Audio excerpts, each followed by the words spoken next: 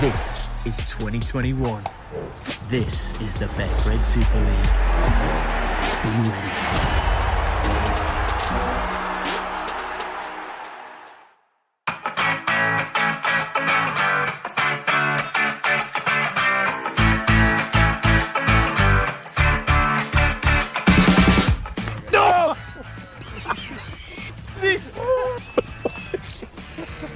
Got me here. It took a big chunk out of me. Bleeding. It's bleeding. Oh no, it's bleeding.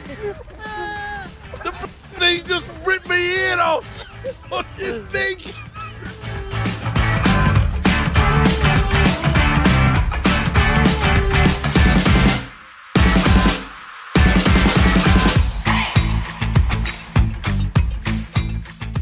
Hello again, everyone. Welcome along to this latest Eddie and Stevo, the podcast sponsored by Betfred. And so here we are. We're at the business end of the season. Playoff time has arrived. And Stevo, look at the Super League table. 20 games for Hull Kingston Rovers, 24 for Wakefield, Huddersfield and Leeds. What a relief that we are finally at this stage. Yeah, I'm looking forward to it because, quite frankly, there's been quite a few dull games. As we mentioned only last week, a lot of 5 drives and kick. But I think that the pressure of wanting to get into the playoffs has produced a higher standard, shall we say. So I'm pleased about that. Yeah, delighted that we're at the playoffs. They're always exciting. I mean, no matter what's gone before, they're always exciting. And let's look at the fixtures. Well, we've got Wigan against Leeds on Thursday, Warrington against Hull KR on Friday. And then the week after, Catalan and Saints, they get this week off. They come into the fray. So I just wonder, you tipped last week that Leeds wouldn't make it, but there they are. They're at Wigan for a headline-grabbing match on Thursday. Yeah, and full credit to them, mainly due to the fact that they've got quite a few of their top players back. And I think they're in with a pretty good chance because Leeds actually beat Wigan on their own ground early this season. So they will have no fear whatsoever. But Wigan seem to be getting into the swing of things. So impressed with this young McDonnell, only a 21-year-old, but he's certainly a player for the future, that is for sure. But they must have been relieved, both Leeds and Hull Kingston Rovers, because what a poor performance in the first half. Castleford versus Warrington. I was watching that, Eddie, and the look on Powell's face just said it all. It probably was one of the worst Castleford performances that I've seen. All right, they came back in the second half, showed a little bit of spirit, but to say it was a send-off for a man that's been so influential at Castleford, disappointing. Oh, very much so. I mean, not the way that they wanted to bow out for Darryl Powell, for Oliver Holmes, Peter Matautia, Grant Millington, Jesse Selin-Lefeo, and poor old Michael Shenton. I mean, blimey, defeated, dislocated shoulder, and despair, really, for Shenton after a fantastic career. Yeah, not the best way to go out, is it? But at least he has shown that he's a quality player. He's been very, very good for Castleford. A good leader as well. And I was pleased at the way that Powell praised him for his leadership in the team. And I was also pleased that at least they started to fight back into that second half. But by half time, it was all over. Simple as that. But having said that, Warrington probably played the best football I've seen from them this year in that first 40 minutes. Yeah, they were brilliant, weren't they? We'll look at Warrington in a sec. 8, people call it glorious years for Darryl Powell, and it was. He's given us some fantastic memories. But in terms of silverware, just the one league leaders' shield and 3 finals, but no trophies to show. What do you think Darryl's legacy will be down at Weldon Road? Well, I think that when he went there in the first place, that Castleford was on a downer. Simple as that. And they had to have someone that could lift the spirits. But not only that, perhaps lift their fitness levels, make them believe that they can be a top side. And as you say, only a league leader's trophy to show in the silverware department, but is a fine coach. And it's not just a coincidence that Warrington were quite happy to sign him up for next season. But as I say, the way that Jake Mamo is playing as well, at least that was the bright spark for any Castleford supporter and say, well, he will be playing for us next year. He's a talented player.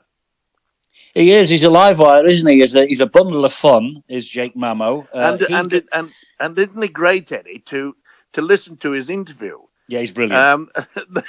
You just ask him a question and he goes off. He goes off on a tangent. He's away with the wind. He's smiling. He's wonderful television. We were talking about Warrington. They really were impressive in that first half, you're right. Matty Ashton, the hat-trick. He's now got a new 3-year deal. Then the fight back. Warrington conceded 4 tries in 10 minutes, which is going to be a bit of a concern for Stephen Price. But I think the biggest concern is the fact that Mike Cooper is going to miss this semi-final. He's been suspended. Yeah, he's a fine leader as well. But I think they've got enough in the tank to be able to turn over the Rovers. All they've got to do, Warrington, is look at that first 40 minutes against Castleford. And if anything, you need to boost yourself and shall we say, we want to win. It was marvellous the way they did it. It's the best I've seen from a Warrington side for many, many years in that first 40 minutes. Yeah, Stephen Price has said his players are in a good place moving into the final series. So you never know. It could be their year. Now, Matt Parcell tore a pectoral muscle in the match. He will be, if he doesn't make it, and the theory is it's a season-ending injury, he will be a massive miss for Hull Kingston Rovers. Yeah, look, if you lose any key player, it's very difficult for the team itself. But the coach, I'm sure, will be able to put something into that position. I have been impressed with their attacking play, the Rovers, this year. But when it comes to a sudden death situation, you don't want to be playing out wide, taking too many risks. And I think that Smith will have them fired up in the defence. Warrington have to look for probably the same sort of thing, because they'll try to bombard Hull Kingston Rovers. They'll try to open up a lead like they did against Castleford, because they have their ability to do that. Hull Kingston Rovers have the ability to shut them down. It'll be a fascinating game. It will, but with all due respect to the Wolves and the Robins, I think the headline act this week is Wigan against Leeds on Thursday. It's a fantastic fixture. It always is when there's only just 2 points resting on the line. This is do or die for them now. Leeds have got some of those big names coming back. You mentioned them earlier on. I mean, Konrad Hurrell, Oledzki, Zane Tetevano. And they've done it before from fifth, Stevo, haven't they? We remember it so well. Yeah, they certainly have. And look, it's funny because Leeds and Wigan throughout the season, even though they finished at a high position, they struggled at some point, mainly due to the fact that a lack of confidence on both sides, an injury sort of problem that they had, and both sides have had that this year. It's one that I really can't sort of say who's going to win. But Leeds will perhaps be confident because they beat Wigan at Wigan earlier in the season. And I think that's a great lift for the Rhinos. Very much so, yeah. 14-0 it was at the DW Stadium earlier this year. Does that matter, seriously? I mean, I know, Richard Agar might say, look, lads, we've done this once before on this ground. Let's do it again. But the fact that they won 14-0 earlier on, this is the time when the chips are down. Well, look, if you know that you've gone... an away win is a huge bonus, especially for the confidence of all the players. If they can say, well, we've done it before. Why can't we do it again? And look, Agard is a pretty fine coach. He'll know exactly what they want to do. And again, when it comes to the crunch games, you've got to have your defence at 100%. Simple as that. Because it will come down to a missed tackle, someone who's gone offside early, gone out of the straight line of defence, just leave the gap, and that's all that's needed. And that's what could win you the game. And if you miss the tackle, that's what could lose you the game. So this is going to be another tight one. I mean, these two games, Warrington Old Care, Wigan Leeds, they will be superb. Now, don't expect what I think a lot of fans enjoy, obviously, open, wide football. This is going to be a tough encounter, both of them. It is, and I think for Leeds, Robert Louis holds the key. Everyone was pointing the finger at him last weekend. Louis was outstanding, wasn't he? And that'll be a real battle in the halves. Yeah, well, he's a pivot. He's a man that they all sort of hang around. He's a man that leads them in regards to their attacking ploy. A lot of people think that he's not fast enough to be in that position, but he's a wily old character. He knows exactly how to do it. But his main ability is to be able to control the attacking. He knows where to bring people in, come inside, come out wide. When he takes control, then that means that Leeds could win. And Wigan go into it high on confidence because they beat the league leaders. They beat Catalan 12-8 last weekend. I didn't.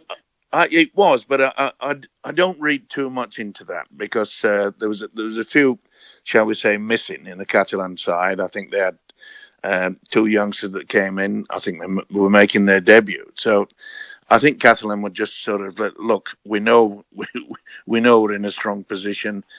Yes, we've lost, but they lost before. I think they've got their mind only on one thing: making it to the grand final. And they can make it. I know. I keep saying it, but I also keep saying that they won't beat Saints in the final. You've said that regularly throughout the course of this season. Sam Tompkins came off with a knee injury. He signalled to the bench straight away.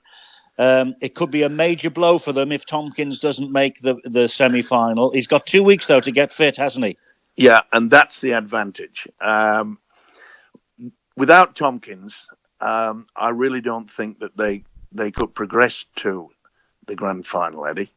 I think he's had a tremendous season. And he'll be disappointed that the World Cup was postponed, because the season he's had, he would have been the first player selected in that England squad, because he's been outstanding this year.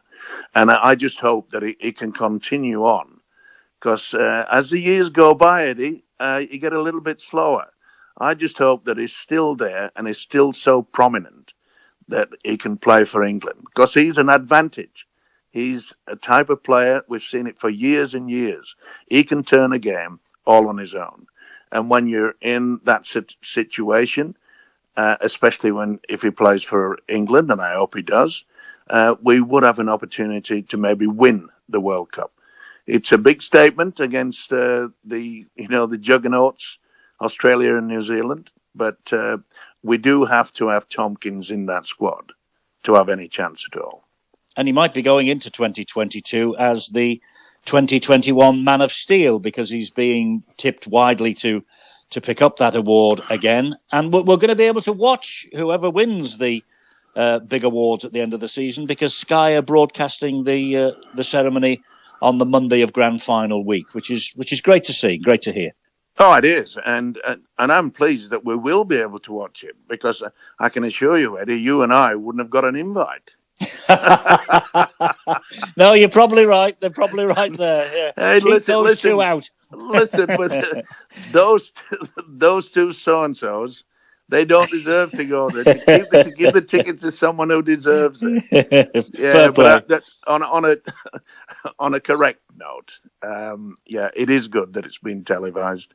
It's an important evening for the players and the coaches, etc. But more importantly, it's important for the game. We have to spread it out as wide as we can, and television coverage of anything. Like, look at the wheelchair situation, the final. That was wonderful. And congratulations for the Leeds Rhinos for winning it. Yeah, 3 in a row, a hat-trick of wins for them. Brilliant. And James Simpson was the guest in the studio. I'm so impressed with this young man, the Leeds captain. Fantastic guy.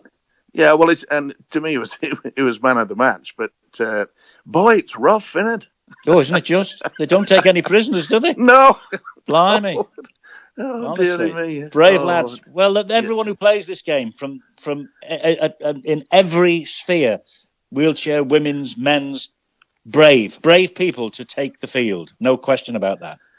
well, Eddie, you're right, because I can assure you I was not born looking like this. It is a tough game. People, when they meet me, they say, "Hey, did you ever play?" I said, "You having a laugh? Did I ever play?" You did. Look at the state of Stevo.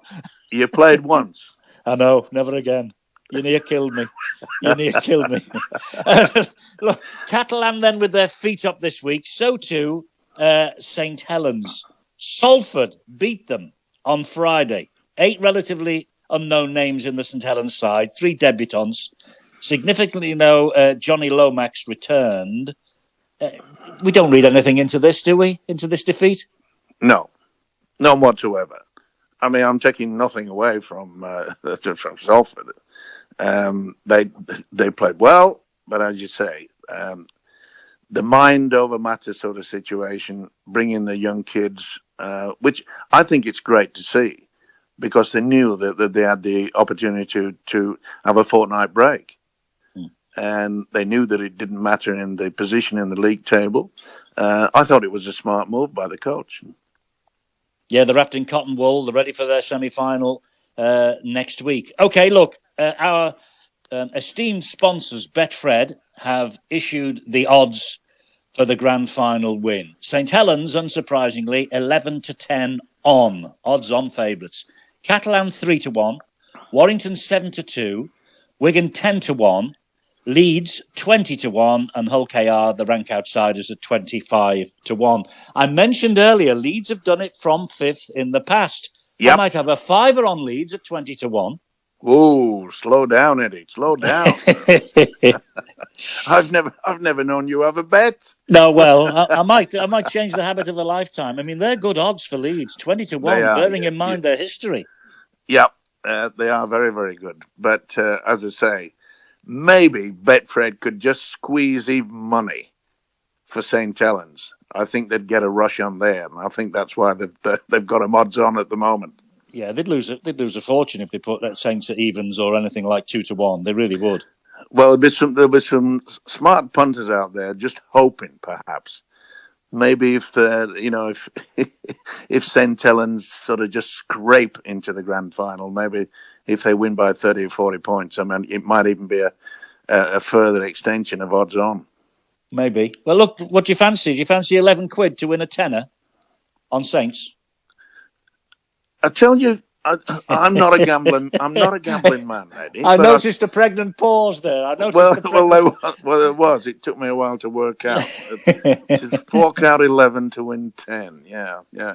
It's difficult, but look, I will not be persuaded against St. Helens winning this year's trophy. Okay. On the night, the 9th of October, Kevin Brown is going to walk the Super League trophy out onto the pitch at Old Trafford. He represents all the retiring players who have given so much in their careers. I mean, good on him. Good on him for that. It'd be a lovely moment for Kev. Not only that, he's a good bloke. You know, there's often been players in the past who have been, difficult to interview. They don't really want to know. It's as though that they're a little bit above having to do interviews, and I'm sure there's a lot of players out there that recognise that. But Kevin Brown, to me, has gone through a wonderful career. I can remember giving him a watch because he failed to get the man of the match on his debut for Wigan. He's been an absolute dream as far as I'm concerned. A wonderful player, lovely step, but his attitude to the game, and I like it when they have him on Sky. I think he digs deep into rugby league. He knows what it's all about, and I think they've done the right thing, because when you retire, sometimes you get a little bit sad, and other times you think, what am I going to do with my life? And for him to represent all those players who are going to retire at the end of this year, he will know the responsibility that it's all about, and I'm really, really pleased that the trophy will be with him on that day. Yeah, it'd be a lovely moment for Kevin. Let's look at the Championship, Stevo, because the wagons are still circling against Toulouse.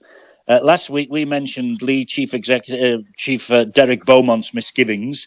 Featherstone's Martin Vickers has said that he's been asked about the location of the Championship Finals series, saying it doesn't seem fair that a team playing so few games in a season are giving the added advantage of a potential home finals series, which Toulouse have got. They win the semi-final, they then play the £1 million game on their own midden as well. Is it fair? It's very difficult to decide which way you want to look at it. But it didn't surprise me. But why did they come up with it now? Why didn't they sort of say, as soon as it was announced, get on your high horse and then sort it out? But it was a few days after that they knew that it was going to be down in France.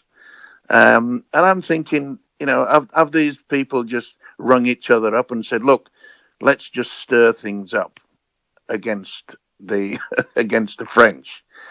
They're just frightened, and I think that they're just jealous that it's been made that way. But we have to have an organisation that's got to make the decisions, and the sooner that we just accept that, the better we'll be. We keep saying about the Super League and the RFL have got to get together. Well, there's a committee soon, as we mentioned last week, to sort things out. And the sooner we do sort that out, the better. But let's just stop complaining. Let's just say, look, we don't care where we play this final. You can put it on the moon if you want. We're confident of winning it. Instead of just harping on about, it's unfair, it's this, that, and other. Look, it was a difficult season. It had to be done by percentage, and it looks confusing when you look at the league table. You think, well, hang on, they've won more, and it's difficult. But someone had to make the decision, and to complain at this late in the day, it irritates me. I keep saying it. We've got to get together.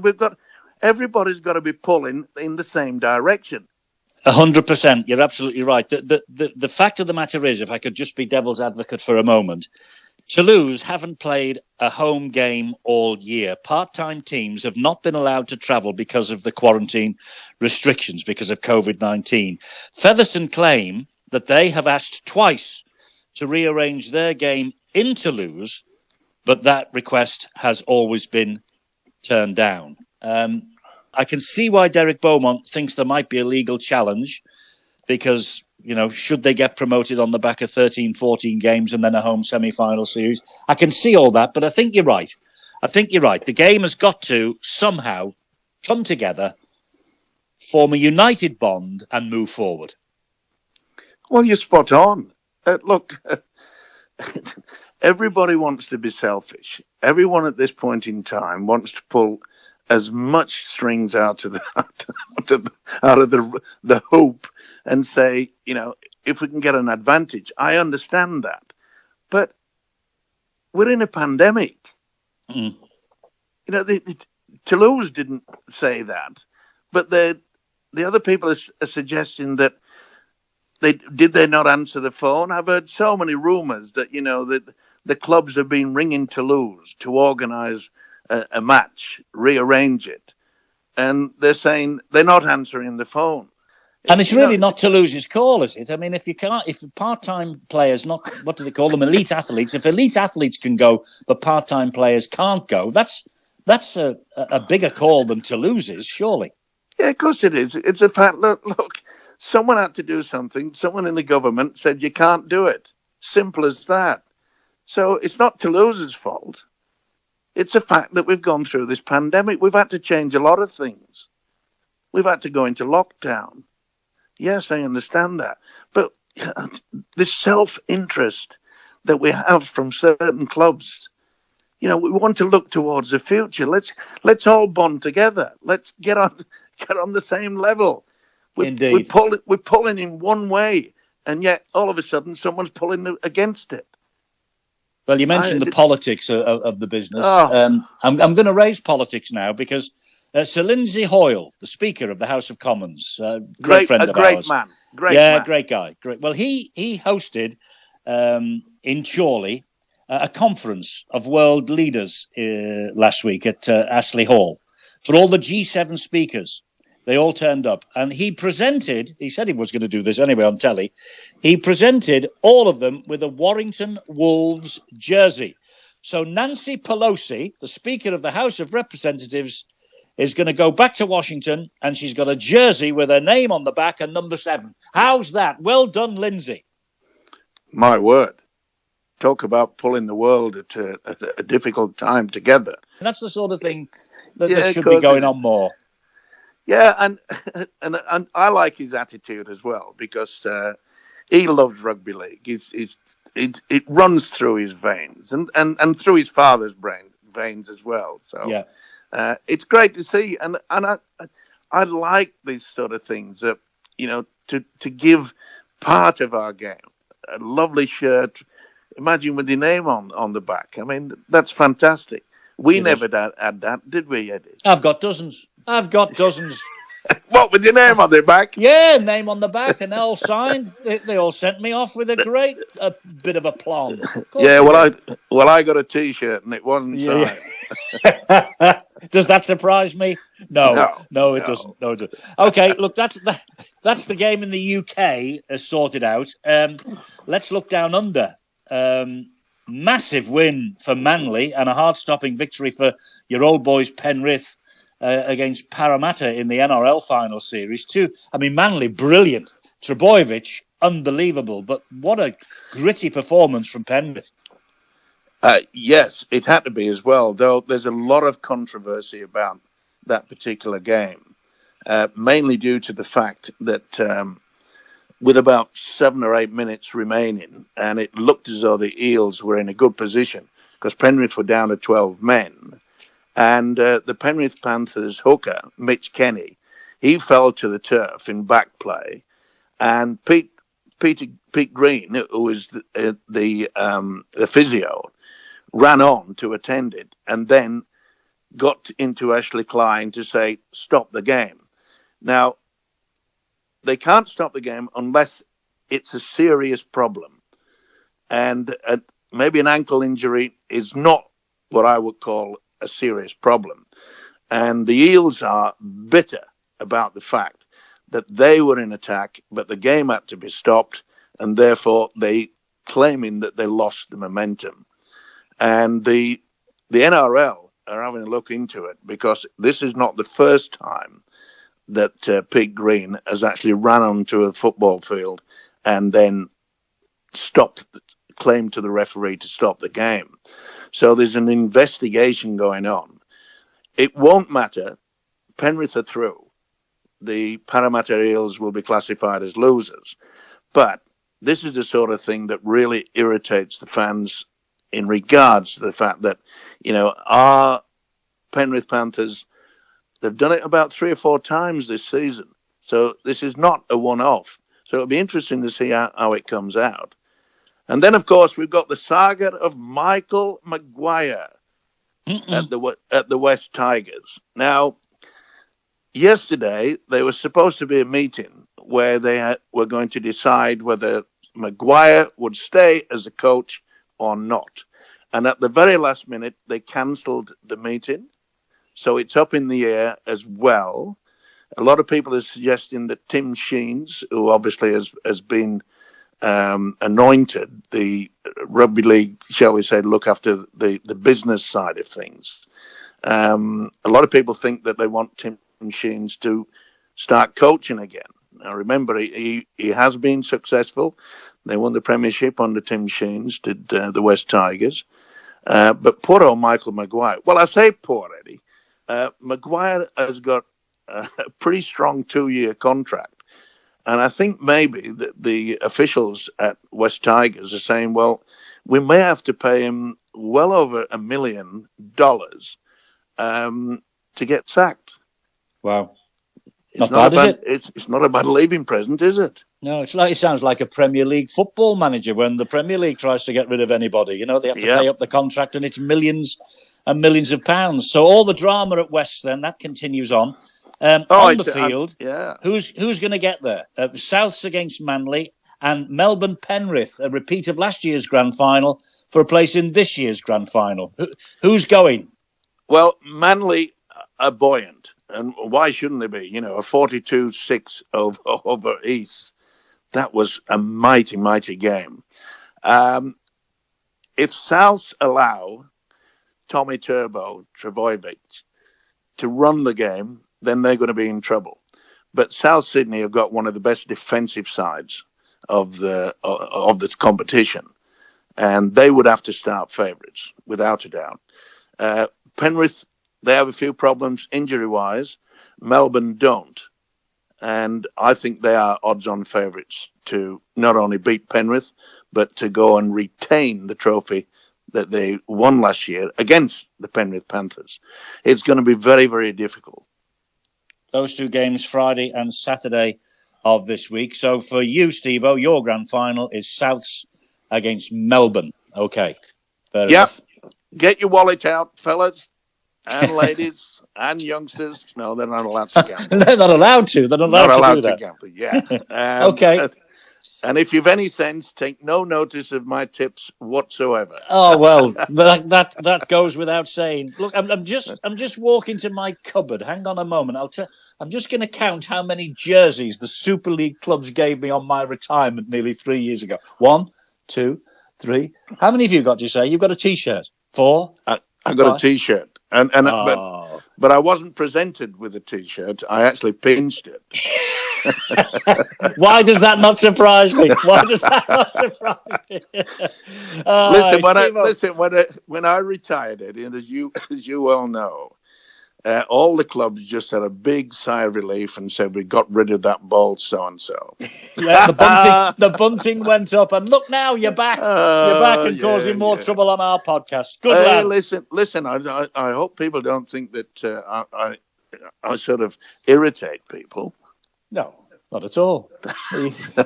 You don't irritate people for fun. You irritate people for irritating self. And you'll do exactly the same next week when we'll be looking forward to the semi-finals in the Super League. Okay, great to talk as always. Yeah, lovely to talk to you as well, top man. You keep healthy and keep dying the air. I'll do exactly that. Don't worry.